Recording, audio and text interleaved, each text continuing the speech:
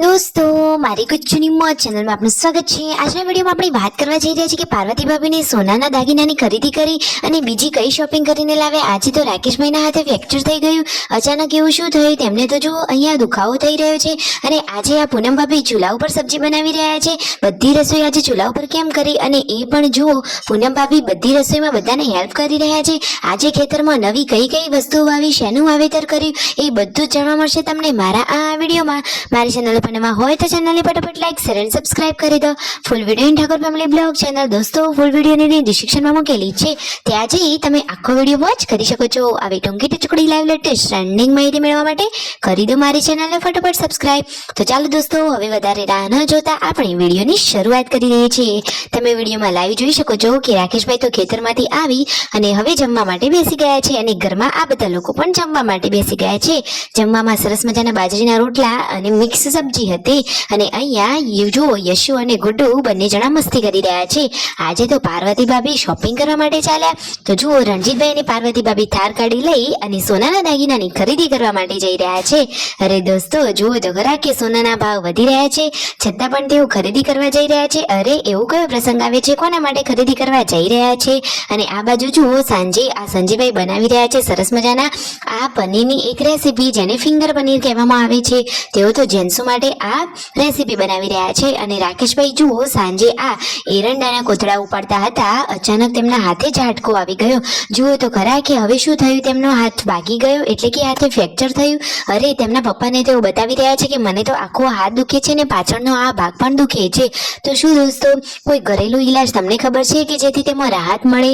અને એ તો કહે છે કે મને તો ફ્રેક્ચર થઈ ગયું લાગે છે, પરંતુ થોડીક વાર દુખાવો તો થશે જ, પછી મટી જશે। અને અહીંયા જુઓ પૂનમ ભાભી અને શિલ્પા ભાભી બંને રસોઈ કરવા માટે બેસી ગયા છે। ચૂલા ઉપર સરસ મજાની રસોઈ થઈ રહી છે, શાક અને રોટલી બંને એક સાથે ચડી રહ્યું છે। આ બાજુ પાર્વતી ભાભીને શોપિંગ કરીને આવી ગયા છે અને મિતાજને તેઓ જમાડી રહ્યા છે।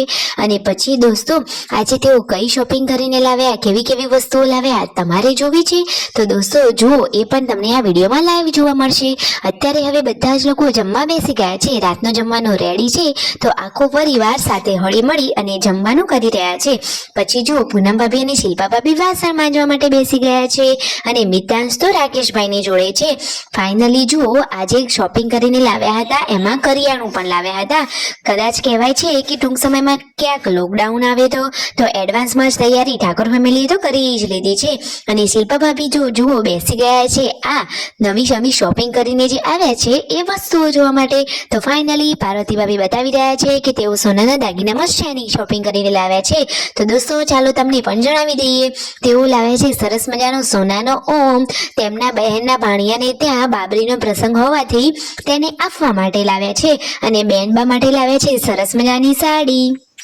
દોસ્તો સાડી કેવી છે, કલર કેવો છે, તમને ગમી કે નહીં તમને ચાલો આ વિડીયોમાં બતાવી દઈએ। તો જુઓ શિલ્પા ભાભીના હાથમાં આ રહી એ સાડી, સરસ મજાનો કલર છે સાડીનો અને બ્લાઉઝ પીસ સાથેની આ મસ્ત મજાની સાડી છે। તમે નજીકથી જુઓ તો ખરા કે કેટલી સરસ મજાની સાડી છે।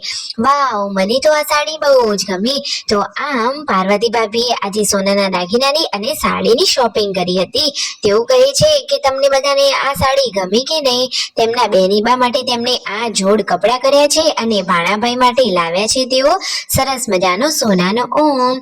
અને પછી 3 દેરાણી જેઠાણીઓ કે જેને બહેનો કરતા પણ ચડિયાતો રાગ છે એ બધા ભેગા મળી વાતોચીતો કરી રહ્યા છે। અને જુઓ પૂનમ ભાભીએ મંગાવી હતી ફેર ઓફ લવલી, તો એ પણ પાર્વતી ભાભી લેતા આવ્યા છે। વિડીયો ગમે હોય તો લાઈક, શેર અને સબસ્ક્રાઇબ।